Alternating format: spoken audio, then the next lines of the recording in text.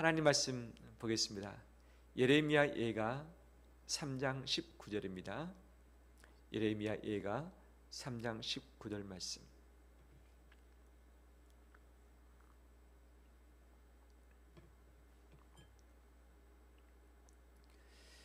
19절에서 26절 말씀까지 26절까지 제가 봉독합니다. 내 고초와 재난 곧 습과 담즙을 기억하소서. 내 마음에 그것을 기억하고 내가 낙심이 되오나 이것을 내가 내 마음에 담아두었더니 그것이 오히려 나의 소망이 되었사옴은 여호와의 인자와 국률이 무궁하심으로 인자가 우리가 진멸되지 아니함이니이다. 이것들이 아침마다 새로우니 주의 성실하심이 크시도소이다. 내 심령에 이르기를 여호와는 나의 기업이시니 그러므로 내가 그를 바라리라 하도다. 기다리는 자들에게나 구하는 영혼들에게 여호와는 선하시도다. 사람이 여호와의 구원을 바라고 잠잠히 기다림이 좋도다. 아멘. 가장 행복했을 때는 언제였습니까? 가장 행복했을 때 몇 가지의 추억들이 떠오르죠. 그런데 그 행복했을 때를 찬찬히 정리를 해보면 이런 것으로 정리가 되는 성 싶습니다. 맛있는 것을 많이 먹었을 때 또 행복합니다. 좋은 옷을 입었을 때, 또 좋은 집에 기거했을 때, 나의 지위가 내가 원하는 곳에 이르렀을 때, 내 소유가 넉넉해졌을 때, 다른 사람은 누리지 못하는데 나는 누리고 있을 때 등이지만 가장 행복했을 때는 공통적으로 보이는 것이 내가 좋아하는 사람과 함께 있을 때 행복했다는 것이, 좀 음식이나 또 먹는 것, 또 사는 곳이 변변치 않더라도 내가 좋아하는 사람과 사랑하는 사람과 함께 마음을 나누고 있다면 그 자체가 행복 아니었는가 생각이 되어지죠. 현재 가까이에 있는 그 분, 그 사람, 그 가족과 좋은 관계가 우리 인생의 행복을 분명 만들어가게 될 것입니다. 반대로 가장 처절했을 때는 언제였습니까? 가장 낙심이 될 때, 가장 힘들었을 때, 가장 어두웠을 때, 가장 추웠을 때 다 있으시죠. 건강의 문제, 관계의 문제, 돈의 문제, 직장의 문제, 가족의 문제, 신앙의 문제, 이것들이 함께 얽혀 있을 때에 이런 마음의 어려움들이 분명 발생했겠죠. 이스라엘 역사 가운데 가장 행복했을 때가 언제였을까? 유다 민족에게서 백성들이 가장 즐거웠을 때가 언제였을까를 쭉 보면 아마 다윗과 솔로몬 왕 때이지 않았을까 추측이 되어집니다. 그럼 반대로 가장 불행했을 때, 처절했을 때, 고통스러웠을 때는 언제였을까? 중간에 몇몇 번의 이 전쟁이나 또는 이 선하지 않은 왕이 다스림으로 말미암아서 하나님의 징계 가운데 있었기 때문에 어려움도 있었습니다. 하지만 가장 힘들 때는 언제냐? 아마 유다 민족이 멸망당할 그때가 아니었는가? 멸망당할 바로 그때. 이 요시야 왕을 마지막으로 해서 여호야김, 여호야긴, 시드기야, 마지막 4대 왕이죠. 바벨론이 쳐들어와서 1차 침략했고 2차 침략했고 다 포로로 잡아갔습니다. 3차 침략했을 때는 성전을 다 불태워버렸고 남아있는 사람을 거의 없도록 해버렸던 것이죠. 그 멸망에 가는 그 여정 중에 살았던 자가 가장 불행하지 아니었을까 생각이 되어지죠. 성경에 수많은 선지자들이 등장하고 제사장들, 왕들이 등장하는 거죠. 근데 여러 선지자들이 평탄했을 때, 좋았을 때 활동했던 사람은 거의 없습니다. 그런데 그 선지자들 중에서도 정말 고통의 때, 어려움의 때, 힘든 때를 지났을 자는 누구일까? 바로 오늘 읽었던 본문의 저자 예레미야인 것이죠. 예레미야. 그의 별명은 고난의 선지자, 눈물의 선지자, 애통의 선지자죠. 그의 가문은 제사장 가문이었습니다. 나중에 나이가 더 들면 성들에서 제사장으로 섬길 수 있는 상황이었을 텐데 제사장으로 섬겼다는 이야기는 나오고 있지 않습니다. 선지자로 섬겼는데 그 기간이 약 50년 기간이죠. 짧지 않은 기간이 아주 긴 시간 4대 왕에 걸쳐서 그 일을 감당을 했던 거죠. 제사장이 쓰임받았을 때는 30세입니다. 예수님도 30세, 요셉도 30세, 다윗도 솔로몬도 30세 때에 진정 하나님이 원하신 그 위치에서 일을 시작하지 않았습니까? 만약에 예레미야가 30세 때부터 이 선지자 역할을 했다면 그가 몇 세까지 살았던 거죠? 80세까지. 만약에 당겨서 20세 때에 시작했더라면 몇 살까지? 70살까지 그 일을 감당했던 거죠. 50년 기간 짧지 않습니다. 이 기나긴 그 기간 동안에 이 국가 민족의 패망의 길을 보면서 하나님의 말씀을 붙들고 선다는 것은 이것은 고통 그 자체였던 거죠. 계속 날이 어두워지고 추워지고 희망이 사라지고 소망을 말할 수 없고 뭔가를 기대할 수 없는 그런 상황인 거죠. 하나님이 주셨던 말씀 중에 70년 만에 포로에서 돌아올 것이다 했지만 예레미야는 이 포로로 끌려간 그 상황, 그 본인은 나중에 애굽으로도 끌려갑니다. 그 애굽에서 돌아오지 못하고 이 전승에 의하면 하나님의 말씀을 증거하다가 돌에 맞아 죽었다라고 전해지고 있는 거죠. 그는 결혼을 하지 않은 미혼으로 보여집니다. 결혼을 하지 않은 채 평생토록 그가 죽을 때까지 하나님 말씀 붙들다가 어둠의 시대, 추운 시대를 지났던 삶을 살았었던 거죠. 그는 예레미야 예가 바로 슬픔의 노래죠. 슬픔의 노래, 고통의 노래.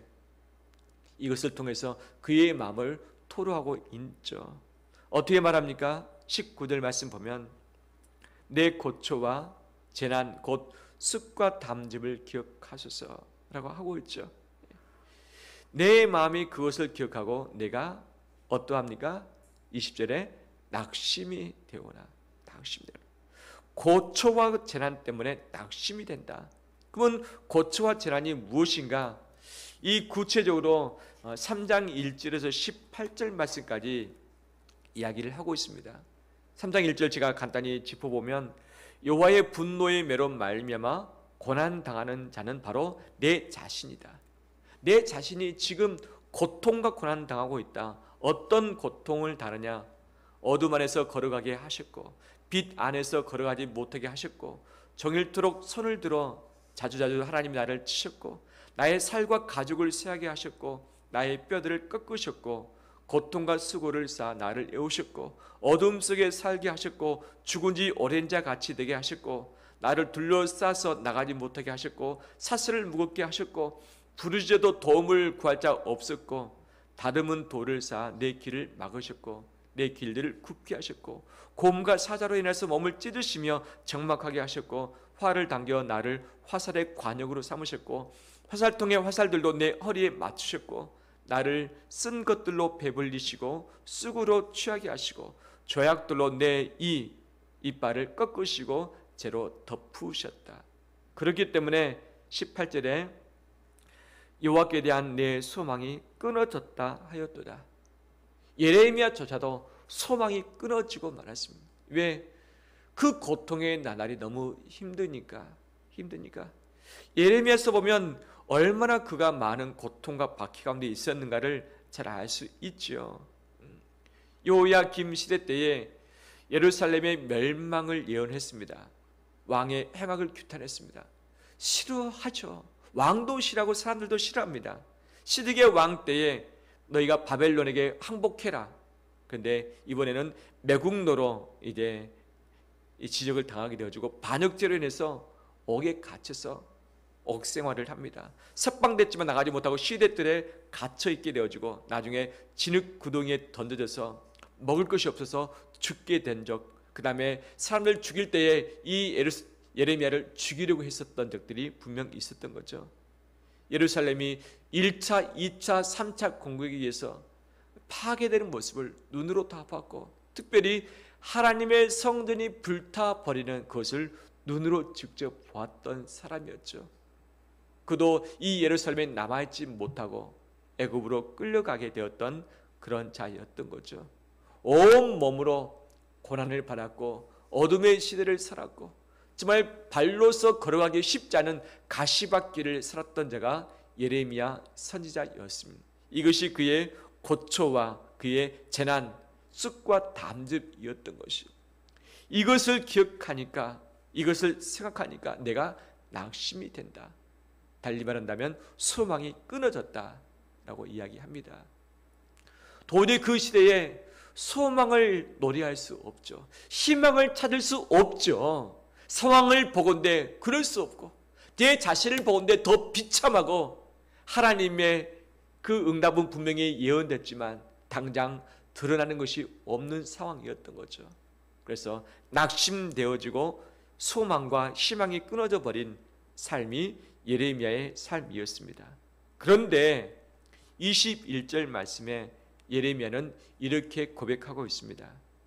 이것을 내가 마음에 담아 두었더니 그것이 오히려 나의 소망이 되었사오면. 20절에는 낙심이라 말하고 있는데 21절에 와서는 뭐라 말합니까? 소망이 되었다라고 이야기를 하고 있죠.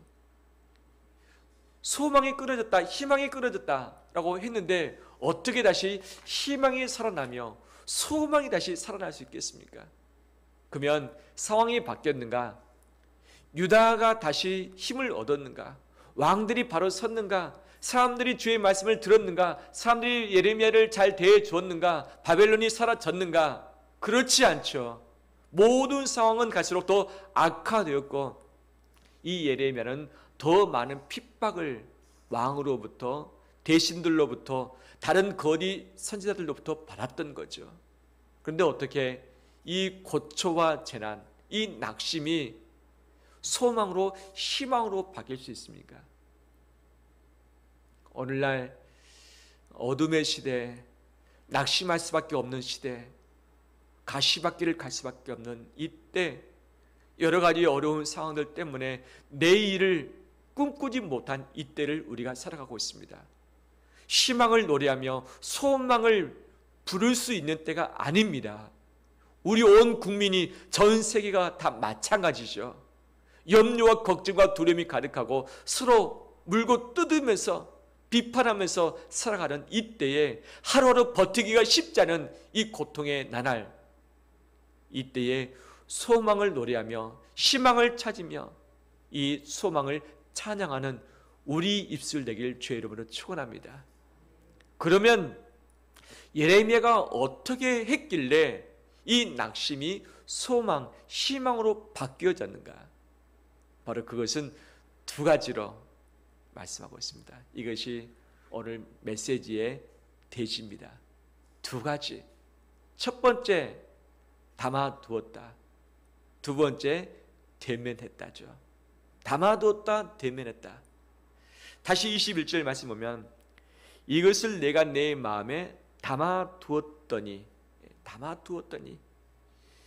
고초와 재난과 쑥과 담즙 내 마음에 두는 것, 기억하는 것이 고통 그 자체였고 이것이 내 마음을 상하게 했으며 내 마음을 찢어 놓았고 내 눈을 가렸고 내 몸을 병들게 했는데 내 인생을 무너뜨렸는데 좀 버렸으면 좋겠고 잊어버렸으면 좋겠지만 바로 예레미야가 이것을 어디에 담아둡니까?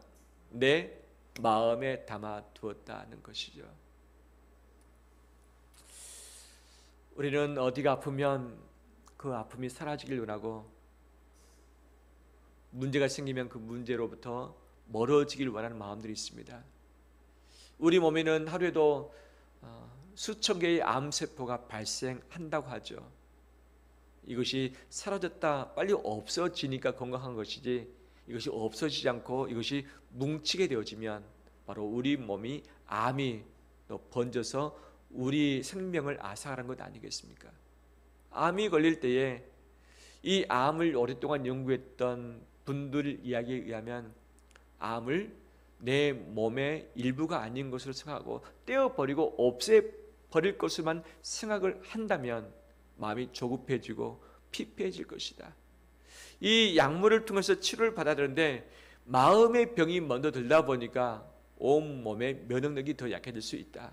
그래서 암덩어리를 그냥 내 친구로 삼아서 이것을 나의 인생의 일부, 내 몸의 일부, 나의 것으로 생각을 해서 이것과 동행을 해봐라.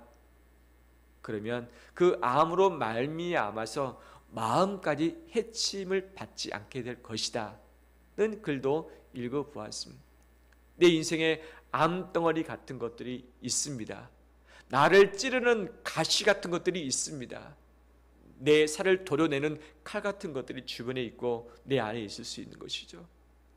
바로 이 시대를 살아가면서 거칠 수밖에 없는 바로 우리의 고초와 재난들, 이것들을 멀리하고 외면하고 피하고 하기보다는 우리 마음에 담아두는 자 되길 원합니다.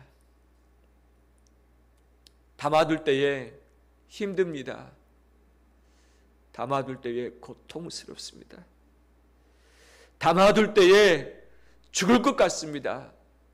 담아둘 때에 숨쉬기 쉽지 않습니다. 답답해서 미쳐버릴 것 같습니다. 그 상태로 있다면 내 마음은 썩어질 것이고 내 몸은 만신창이가 되어서 다 건강을 잃어버리고 말 것이며, 그렇게 되면 관계들도 다 깨지면서 뒤죽박죽 되어버릴 것이 인생 자체 아니겠습니까? 근데 예레미야는 하나님이 징계하신 것을, 시대가 멸망해 가는 것을 많은 사람들이 예레미야를 향해서 손가락질하면서 핍박하면서 그를 때리는 이 모든 고난들을 피하지 않고 온 몸으로 다 수납을 하겠다고 결정을 해버린 거죠. 이런 용기가 우리 안에 있길 원합니다. 우리가 기도할 때 어떻게 기도하는가? 이 고난이, 이 질병이, 이 문제가, 이 가시가 나로부터 멀어지길, 없어지길, 사라지길 기도를 합니다.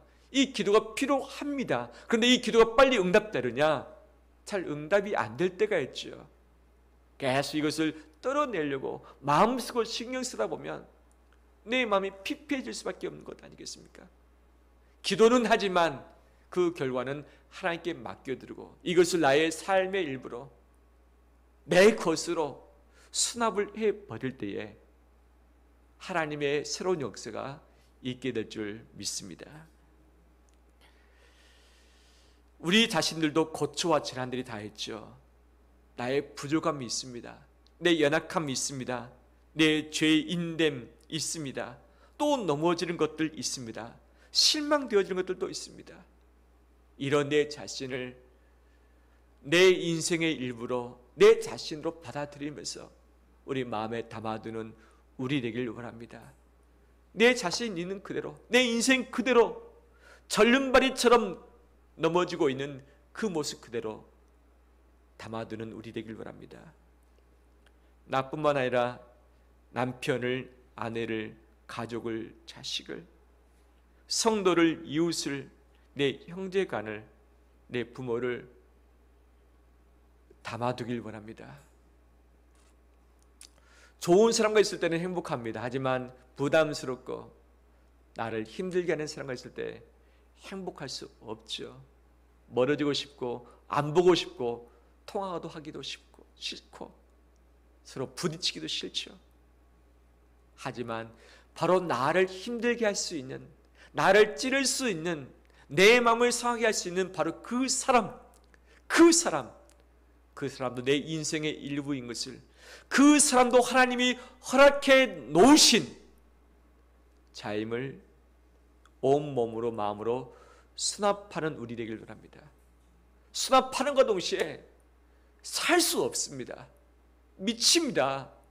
발버둥 칠 수밖에 없습니다. 하지만 수납하는 것은 내 몫이고 그 이후에는 우리와 함께 계시는 하나님의 역사가 분명 새롭게 펼쳐지게 될 줄 믿습니다. 또한 이 시대의 아픔과 이 시대의 전염병, 이 시대의 재난들이 있는데 이 모든 것 역시 바로 하나님의 허용하신 내에 있다는 것이죠. 하나님의 뜻이 있습니다. 아직 모르지만 그 하나님의 뜻으로 바꿔서 이것을 멀리하고 우리가 빨리 헤쳐나가야 되지만 그렇지 않는다 할지라도 이것이 내 시대의 일부인 것을, 내 삶의 일부인 것을 온몸으로 수납하면서 마음에 담아두는 우리 되길 원합니다. 그런데 담아놓는 것, 이것이 예레미야가 했던 첫 번째였습니다. 그러면 담아만 놓으면 되는가?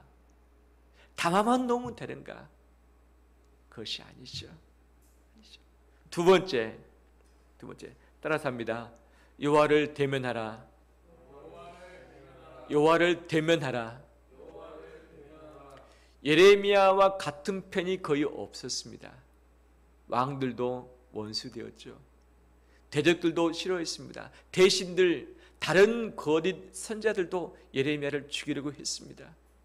많은 백성들도 싫어했습니다. 왜? 멸망당한다, 너희가 포기하라, 항복하라, 회개하라고 하는데 그 말을 좋아할 사람이 누가 있겠습니까? 다 예레미야하고 이 등을 진 그런 상황이었습니다. 바라볼 만한 사람, 의지할 만한 사람이 없었던 거죠. 혼자 코너에 몰려서 감옥에 갇혀 있고 이 진흙구덩이 속에 갇혀서 먹을 것도 없어서 굶어 죽게 되어지고 그 어떤 누구도 예레미야를 인정해주고 보호를 해주는 사람이 없습니다. 예레미야와 함께 서면 함께 왕따가 되어버리니까 함께 바로 이 한쪽으로 내몰리게 되니까 함께 할 수 있는 사람이 아무도 없었던 거죠. 이럴 때 그는 24절에 이렇게 고백하고 있습니다. 내 심령에 이르기를 여호와는 나의 기업이시니 그러므로 내가 그를 어떻게 합니까? 바라리라 하도다. 내가 그를 바라리라. 25절 기다리는 자들에게나 구하는 영혼들에게 여호와는 선하시도다. 예레미야가 무엇합니까? 기다리고 있습니다. 구하고 있습니다. 26절 사람이 여호와의 구원을 어떻게 하고? 바라하고 잠잠히 어떻게 하는 것이? 기다림이 좋도다라고 하고 있죠.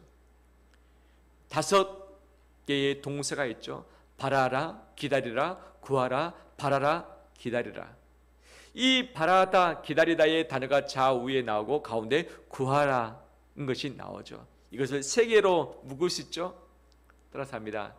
바라라, 구하라, 기다리라. 이것이 대면의 3가지 동사입니다. 여호와를 대면하라라고 했을 때 어떻게 대면할 것인가? 이것은 바라라, 구하라, 기다리라. 이것으로 여호와를 대면할 수 있습니다. 할렐루야. 무엇을 바라는가? 무엇을 바라는가? 우리는 자주 바라는 2가지가 있습니다. 무엇인가? 첫 번째는 사람이죠. 나를 좋아하는 사람, 나를 싫어하는 사람, 내가 좋아하는 사람, 내가 싫어하는 사람, 딱 2 부류입니다. 그 나머지는 나와 별로 관계가 없으니까 볼 일이 없는 거죠. 내 눈이 하나님을 바라지 못하고 사람을 바랄 때에 그 사람의 상태에 따라서, 관계에 따라서 내 마음의 온도가 오르락 내리락 할 수밖에 없는 거죠. 믿을 만한 사람인지 알았더니 나중에 보니까 믿지 못할 사람. 저 사람이면 확실하겠다 했는데 나중에 보니까 전혀 엉뚱한 면이 있는 경우, 저 사람 정직하구나 라고 생각했는데 보니까 속이는 것이 있는 경우, 정말 사람은 믿음의 대상, 신뢰의 대상이 아니라 무슨 대상이다? 사랑의 대상일 뿐이라는 거죠. 사람을 믿고 의지하는 것, 이것은 기본적으로 우리가 해야 될 부분이지만 하나님보다 이것이 앞설 때에 그 사람 때문에 우리 마음도 무너지고 우리 안에 있는 희망과 소망도 다 깨질 수밖에 없는 상태인 것이죠. 뿐만 아니라 바랄 때에 피해야 할 한 가지가 있습니다. 그것은 뭐냐? 숫자입니다. 숫자. 우리 인생은 숫자로 가득 차 있습니다. 나이가 몇 세이십니까? 키가 몇 센치시죠? 몸무게가 어떻게 되십니까? 다 숫자에서. 어느 동에 몇 번지에 사십니까? 몇 번 길에 사십니까? 시력은 어떻게 됩니까? 혈압은, 체지방률은, 가진 돈은 얼마입니까? 집의 평수는 얼마입니까? 팔로우 수는 몇 명입니까? 친구 수는 몇 명입니까? 구독자 수, 좋아요 수, 클릭 수, 조회수. 눈을 돌려보면 숫자가 아닌 것이 하나도 없는 거죠. 리모컨입니다. 냉난방기 리모컨. 이것도 다 숫자. 현재 26도 1단계로 맞춰져 있네요. 자동차를 몰고 갈 때 속도도 역시 숫자이지 않습니까? 몇 달 전에 운전을 하고 가는데 가급적 과속을 하지 않으려고 합니다. 근데 분명 그때쯤에 과속을 한 적이 없는데 통지서 하나가 날라왔습니다. 과속 통지서. 이 벌금을 내라고 나왔어요. 32,000원인가요?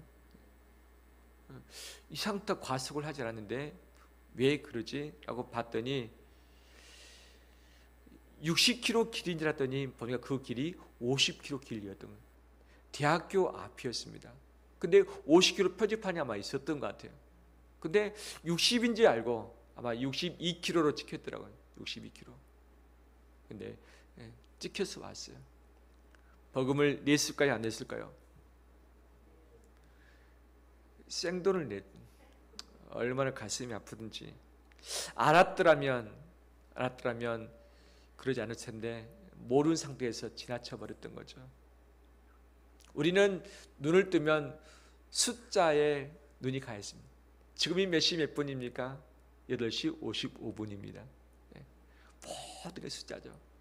숫자에서 움직이고 숫자에 의해서 우리 몸이 속도를 조절하고 숫자에서 옷을 입기도 하고 옷을 벗기도 하고 숫자에 의해서 내 마음이 올라가기도 하고 내려가기도 하고. 그런데 내 눈이 여호와를 바라봐야 되는데 여호와를 바라보는 것에서 앞서서 숫자에 고정될 때에 특별히 그 숫자에 의해서 내 마음이 좌지우지될 수 있는 것들이 있습니다. 숫자에 민감하기 때문에 그 숫자 대신에 여호와를 바라보기를 합니다. 그 숫자에 묶이지 말고 영원하신 여호와 하나님은 무한대십니다. 숫자로 가눌 수 없는 분이십니다. 그는 영원 전부터 영원까지 계시는 분이십니다. 바로 한정되어지는 달라질 수 있는 온전치보다는 숫자에 머무르기보다 영원하신 그 하나님께 우리가 눈을 두어서 바라보는 우리 되길 주의 이름으로 축원합니다. 그래서 두 번째가 구하라는 거죠. 구하라. 다라시. 찾다, 묻다, 의지하다, 추구하다, 문의하다, 질문하다. 근데 이 시대가 미완료형입니다. 미완료형. 즉 묻는데 구하는데 언제부터 언제까지 해야 되는가?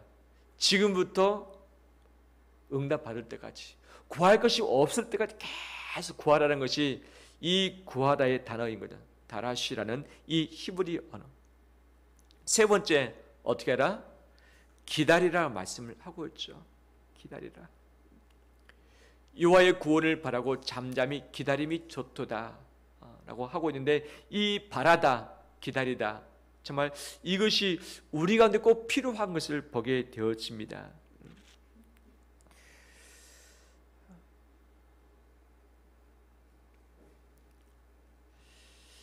왜 기다림이 필요한가? 왜 기다림이 필요한가? 여기는 시간이 필요하기 때문이죠. 고난이 소망이 되는 과정 중에 또 환난이 소망이 되는 여정 중에 성경에서 반드시 거쳐가는 단어 하나가 있습니다. 그 단어가 뭐냐? 그것은 인내라는 단어죠. 환난은 인내를 낳고 인내는 연단을 낳고 연단은 소망을 낳느니라. 환난은 인내를, 인내는 소망을 낳는다. 바로 이 환난과 소망 사이에 환난이 소망이 될 때까지 이 가운데 거쳐가야 되는 단어가 무엇이다? 인내라는 단어, 기다리라는 단어인 거죠. 여호와를 바랄고 여호와를 기다리고 그분께 구함에 있어서 반드시 기다림의 시간이 필요한데 이 기다림을 붙들고서 승리하는 우리 되시길 주의 이름으로 축원합니다. 그러면 이 예레미야가 바라고 구하고 기다리는 그 대상, 여호와가 누구이길래 그가 그것을 의지하고서 이것을 감당할 수 있었는가? 사람을 기다린 적 있으십니까? 언제까지 기다리시죠? 약속 시간이 됐습니다. 10분이 지났습니다. 20분이 지났습니다. 30분이 지났습니다. 근데 연락은 되지 않습니다. 언제까지 기다려줄 수 있겠습니까? 만약에 내 남편, 아내, 내 가족이 연락이 안 되는데 약속했다. 1시간까지 기다리시는 분 계십니까? 2시간, 혹시 1분.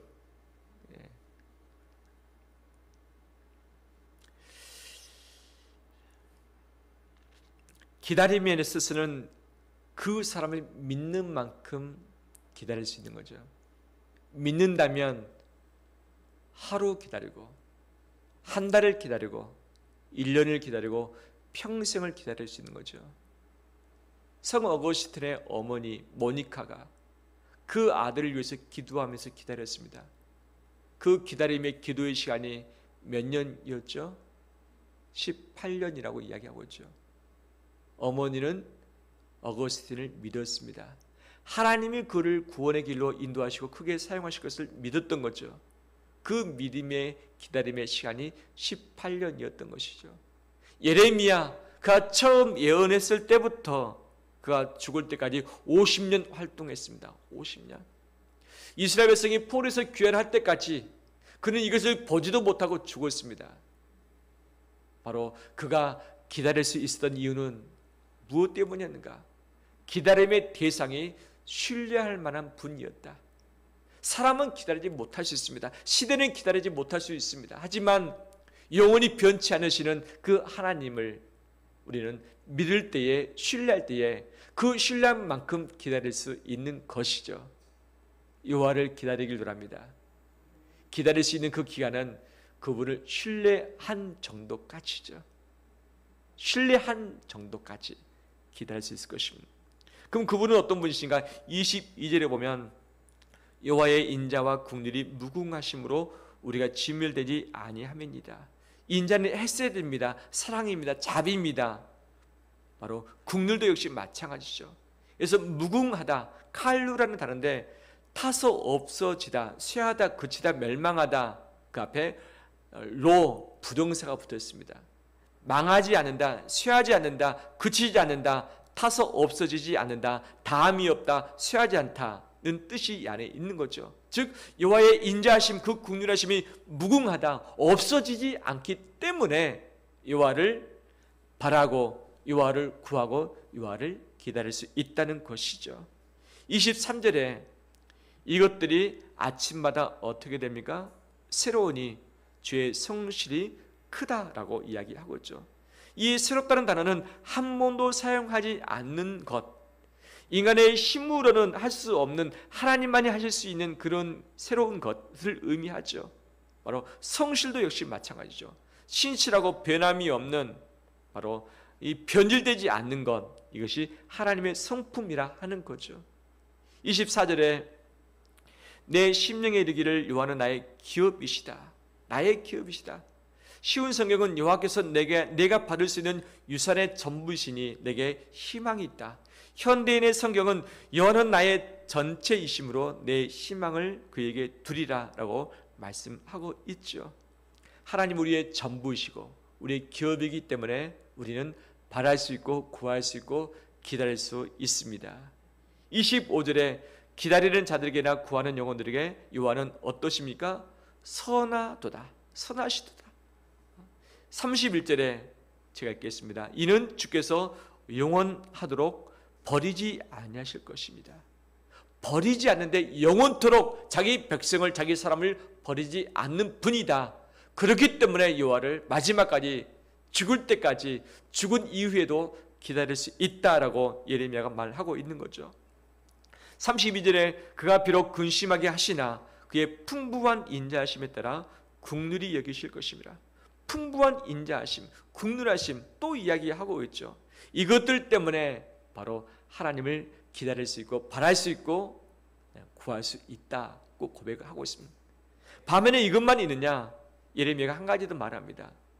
이 3장 1절에 여호와의 분노의 매로 말미암아 고난당하는 자는 나다. 분노의 매를 가지고 있어서 나를 치시고 시대를 치고 이 악한 자를 진노하시는 분이시다는 것이죠. 27절에 혼자 앉아서 잠잠할 것은 주께서 그것을 그에게 메우셨습니다. 멍에를 메우신 분도 하나님이시다. 39절에 살아있는 사람은 자기 죄들 때문에 벌을 받나니 어찌 원망하랴 라고 하면서 하나님은 이 벌을 주시는 분, 심판하신 분, 공의의 하나님인 것을 예레미야는 알고 있죠. 아무리 말해도 하나님을 듣지 않고 돌아오지 않고 하나님을 반역하면서 하나님의 사람인 예레미야를 박해하는 이 사람을 하나님은 심판하시며 벌하시며 진노하신다는 것이죠.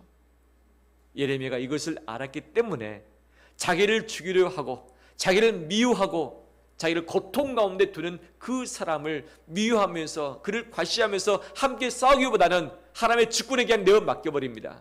누가 심판하십니까? 하나님의 공의의 손이 그를 심판하시고 그를 진멸하시며 치실 것이기 때문에 바로 이것을 맡기고서 여호와를 바라고 여호와를 구하고 여호와를 대면할 수 있는 것이죠. 할렐루야. 이처럼 하나님은 사랑의 하나님, 공의의 하나님, 이 두 가지 면을 갖고 있기 때문에 사랑 때문에 기다리고 공의 때문에 기다리고 바라면서 나갈 수 있는 것 아니겠습니까? 어둠의 시대, 희망을 노래할 수 없고 소망을 찾을 수 없는 바로 그 멸망의 시대에 바로 예레미야가 하나님의 성품, 사랑의 성품, 공의의 성품 이거 붙들고서 여호와를 대면하고 있습니다. 우리가 여호와를 대면할 수 있는 이유는 뭐냐? 나 때문이 아니죠. 어디? 하나님의 성품 때문인 줄 믿습니다. 하나님이 나를 사랑하시되 끝까지 사랑하십니다. 하나님이 선택한 사람은 끝까지 버리지 않고 책임져 주십니다. 하나님은 마지막까지 우리와 동행해 주십니다. 예수 그리스도의 재림을 통해서 구원을 완성하실 것입니다. 예수 그리스도 오실 때에 예수 그리스도를 믿지 않고 죄악 가운데 있는 자를 멸망의 불로 그들을 심판하실 것입니다. 하나님의 심판과 하나님의 구원이 예수 그리스도의 손에 있는 것이죠. 이것을 바라고 의지하고 나갈 때 우리는 충분히 기다리게 될 줄 믿습니다. 두 가지 말씀드렸습니다. 낙심이 어떻게 희망으로 바뀌는가? 고난과 고초가 있는 이때에 어떻게 소망을 붙들고서 버텨내며 살아낼 수 있겠는가? 상황이 안 바뀌었지만 사람이 안 바뀌었지만 내 형편도 그대로지만 어떻게 내가 새로운 시각을 가지고서 이 시대를 해석해내며 살아갈 것인가? 첫 번째, 마음에 어떻게 하라? 담아두라. 두 번째, 누구를 대면하라? 여호와를 대면하라. 이것이죠. 내 고통과 고난을 마음에 담아두길 원합니다. 내 자신을, 너를, 이 시대를 외면하지 말고 있는 모습 그대로 마음에 담아두길 원합니다. 마음에 담아두면서 여호와를 바라고 여호와를 구하고 여호와를 기다리며 대면하는 우리 되시길 주의 이름으로 축원합니다. 근데 이 두 가지 부분을 정리하면서 놓치지 말아야 할 또 다른 두 가지가 있습니다. 놓치기 쉬운 부분. 무엇인가? 그것은 숙성입니다. 숙성. 낙심이 바로 하루아침에 소망이 되지 않습니다. 숙성의 여정을 통해서 소망이 되었죠. 희망이 되었죠. 숙성할 때는 효묘와 효소가 필요하죠. 된장을 담아두고서 숙성시킨 이후에 맛을 얻을 수 있듯이, 김치를 담가서 김장을 숙성시킬 때 맛있는 김치를 먹을 수 있듯이, 포도를 담가두면 포도주가 되듯이. 그렇죠. 근데 이것들을 효묘, 효소가 없는 상태에서 그냥 담아두면 어떻게 됩니까? 썩어버립니다. 부패합니다. 근데 그 안에 효소가 들어가면, 단백질이 있고 효묘, 균들이 있게 되어지면 거기서 작용이 있어서, 화학적 작용이 있어서 본래의 성격을 바꾸지만 맛깔스러운, 먹음직스러운, 상하지 않는 음식으로 나아가는 것이죠.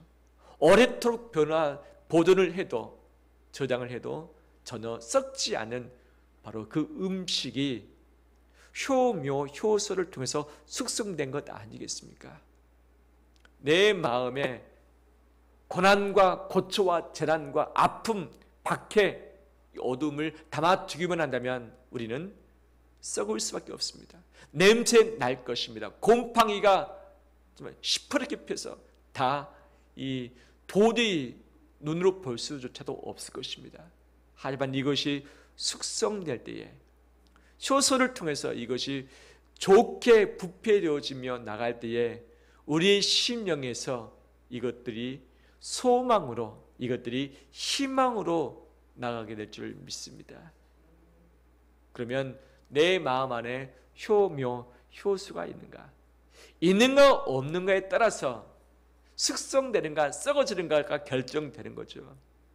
이 시대를 살아가는 수많은 사람들이 있는데 그 마음 안에 효묘, 효수가 있는가? 이것이 있으면 숙성되어서 희망을 노래하며 희망을 찾을 수 있는데, 없으면 낙심 가운데, 절망 가운데, 고통 가운데 멸망당할 수밖에 없는 것이죠. 그러면 하나님이 우리에게 주신 효묘, 효소는 무엇일까? 답은 뻔하지만 그 답이 진리입니다. 그것은 말씀이고 성령입니다. 말씀과 성령이 내 안에서 단백질로, 내 안에 좋은 균으로 작용을 해서 내 마음을 변화시켜 가게 될 줄 믿습니다. 죽고 싶을 때, 답답할 때에, 길이 없어서 막막할 때에, 속상할 때에, 내일이 걱정되어지고 사람 때문에 마음이 고통 가운데 있을 때에, 우리의 썩어질 수밖에 없는 심령에 하나님이 허락하신 효묘, 효소, 말씀과 성령이 작동해서 살아나는 역사가 있기를 주의 이름으로 축원합니다. 주의 말씀과 성령이면 변화시키지 못할 마음이 없습니다. 변화시키지 인생이 없습니다. 이것들이 내 마음 안에서 작동될 수 있도록 허용해내는 우리 되길 원합니다. 두 번째, 꼭 놓치지 말아야 할 것이 무엇인가? 아까 말씀드렸지만 그것은 시간입니다. 오늘 매실을 담갔는데 내일 먹을 수는 없습니다. 최소 몇 달 담가야 됩니까? 40일 이상 담가라고 이야기하고 있죠. 된장을, 이 간장에 매실을 띄울 때 시간도 필요한 것 아니겠어요? 숙성되는 데는 시간이 필요합니다. 시간, 인내의 시간이 반드시 필요한 것이죠. 우리 박수현 사님 집회 때 계속 바이올린으로 섬기셨는데 감사드리고, 바이올린 소리가 참 좋죠. 저 바이올린 소리가 얼마나 귀한 가치가 있는지 돈으로는 모르겠으나 하나님의 영광을 위해서, 성도를 위해서 연주하는 그 악기, 또 여러 가지 이 마음의 치료가 필요한 사람들이 그 연주를 들을 때 마음이 치료되는 것, 정말 엄청난 가치가 아니겠습니까? 근데 바이올린을 만들 때에 정말 비싼 바이올린이 있다는 거죠. 돈으로만 봤을 때 어떤 나무로 만들었는가? 미국의 로키 산맥이 있는데 해발 3,000m 정도에 가면 수목 한계선이 있습니다. 수목 한계선. 여기까지는 나무가 자랄 수 있는데 더 이상 나무가 자랄 수 없다. 풀이 자랄 수 없다. 그 마지막 한계선에 있는 나무들 중에 무릎을 꿇고 서 있는 바로 매서운 바람 때문에 이 온몸이 줄기에 다 엉켜진, 이리저리 꼬여진 그 나무가 있다는 거죠. 그 나무가 이 바람도 맞고 햇빛도 맞고 이 비도 맞고 그다음에 눈도 맞으면서 정말 이 몇백 년 동안 이 나무가 그 자리에 있는 겁니다. 그래서 그 나무를 가지고 바이올린을 만드는데 공명이 잘 돼서 정말 아름다운 소리가 난다라고 이야기를 하고 있습니다. 이것이 정말 맞는 것인지는 모르겠어요. 이렇게 말하니까 맞겠죠. 나무도 고통의 여정이 있지만 그 시간이 걸릴 때에 그 나무로서 공명이 되어지고 아름다운 소리를 내게 되는 거죠. 내 안에 고통의 나날이 있지만 이 고통의 담즙을 마음에 담아두고서 주의 말씀과 성령으로 숙성시킬 때 이것이 아름다운 소리로 나오게 될 줄 믿습니다. 오스트리아에는 다뷴유 강을 헤엄쳐 건너가는 이 대회가 매년마다 있습니다. 근데 그 강이 좀 위험스러운 곳이 있는데 강 중심에 소용들이 치는 곳이 있습니다. 이것을 지나가면 건널 수 있는데 지나가지 못하고 포기하고 돌아온 사람들이 많다는 거죠. 저도 한번 이 소라는 곳, 소용들을 치는 곳에 한 번이 아니라 두 번 빠졌습니다. 두 번 다 죽을 뻔했습니다. 진짜 누가 안 구해줬으면 진짜 못 나올 뻔했었는데 진짜 못 나오겠다는, 원래 수영을 잘 못하는 사람인데 그 물살이 막 속에서 휘어오니까 정신도 없고 물도 못 먹고 여기가 위인지 아래인지 이 어디론가 나가고 싶은데 어디로 나가려는지 모르고. 그런데 그 수영을 잘 하는 사람들은 잘 빠져가는 법이 있다는 거예요. 수영들 가운데 있을 때 자기 힘을 가지고 수영 실력 가지고 그것을 지나가면 100% 포기할 수밖에 없다는 거예요. 절대 못 지나간다. 어떻게 하느냐? 수영들이 속에 자기 몸을 내어 맡겨버리는 거예요. 언제까지? 이것이 휘 돌다가 이 물이 그 물 위로 채워 올릴 때까지 그냥 몸을 맡겨버린다는 거예요. 수영하지 않고 그 물속에 몸을 내어 맡길 때에 시간 되면 자동적으로 나온다. 그때까지는 호흡을 좀 참고 있어야겠죠. 그 이후에 다시 남은 이 강을 헤엄쳐서 걷는다는 것이죠. 우리 인생에 있어서 소용들이 칠 때가 있습니다. 힘쓰고 애써도 모든 것을 다 해서 발버둥 쳐도 안 될 때가 있고 도리어 더 깊은 나락 속으로 빠져갈 때가 있죠. 이때 잠시 모든 것을 포기하고서 그 소용돌이 속에 내 자신을 맡기는 시간도 필요한 줄 믿습니다. 시간 되면, 때가 되면 소용돌이 밖으로 나를 올릴 때가 있을 거죠. 그때 다시 움직이면 되는 것 아니겠습니까? 숙성에는 시간이 반드시 필요합니다.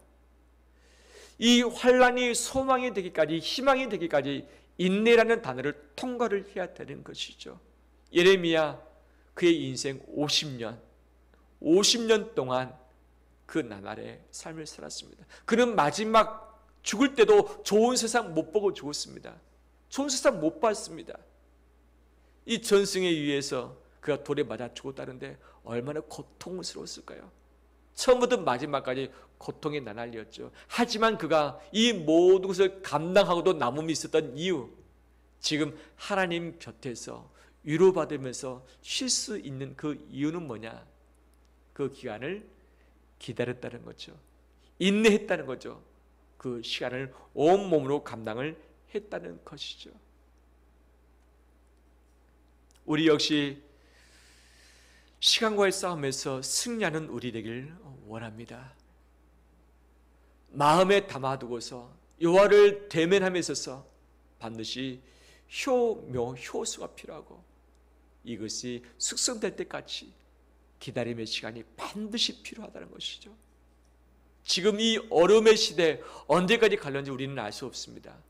우리는 유한한 자입니다. 우리는 숫자에 묶여있는 인생입니다. 하지만 숫자에 묶여있지 않는 영원하신 하나님께 우리의 눈을 둘 때에 지금 현재의 어려움의 시간들을, 나날들을 넉넉히 이겨가게 하실 줄 믿습니다. 하나님이 주시는 말씀과 성령을 통해서 내가 이것을 붙들고 섰을 때에 감당하지 못할 소용돌이가 없을 줄 믿습니다. 감당하지 못할 세상과 사람이 없는 줄 믿습니다. 특히 내 자신을 감당하게 될 줄 믿습니다. 할렐루야. 말씀을 마무리합니다. 낙심되어지고 소망을 찾지 못할 때에 희망을 노래하며 소망을 노래하는 우리 되길 원합니다. 모두가 다 죽겠다고 할 때에 나는 살겠다 하며, 모두가 인상 쓰며 힘들어할 때에 기쁨과 감사를 고백할 줄 아는 우리 되길 원합니다. 바로 하나님의 사랑의 선하심, 하나님의 공의의 그런 성품, 바로 하나님의 영원하심, 우리와 마지막까지 동행하시며 책임져 주심, 우리의 마지막 구원의 길로 완성하실 그 날, 재림을 통해서 모든 것을 마무리하실 그 날이 있기 때문에 우리는 하나님을 희망할 수 있습니다. 하나님을 희망할 수 있습니다. 하나님을 희망할 때에 내 자신을 희망할 수 있습니다. 누구 때문에? 하나님 때문에. 내 자신을 희망할 때에 너를 희망할 수 있죠. 너를 희망한 이후에 우리는 미래까지도 희망하게 될 줄 믿습니다.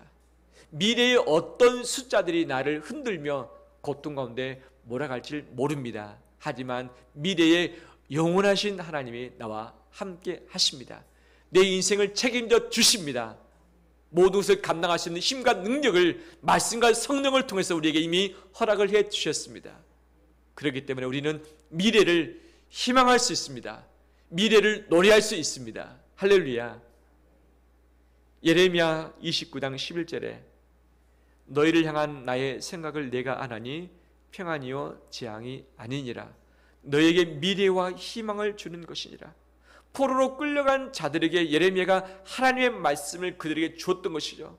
그 현지에서도 너희가 포로 가운데 있었겠지만, 너희가 가더라도 70년 만에 돌아오겠지만 거기서 하나님이 주신 평강이 있을 것이다, 희망이 있을 것이다, 미래가 있을 것이다. 하나님이 이것을 주길 원하신다. 포로가 되었을지라도 미래와 희망을 누리라라고 하는 것이 하나님의 말씀인 것이죠. 지금 우리가 이 시대에 포로 가운데 있을 수 있습니다. 고통 가운데 끌려다닐 수 있습니다. 하지만 하나님이 주시는 미래가 있고 희망이 있습니다.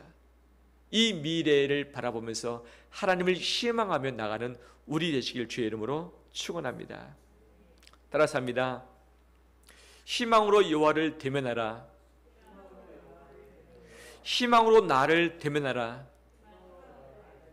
희망으로 너를 대면하라. 희망으로 미래를 대면하라. 할렐루야. 하나님이 우리의 희망 되십니다.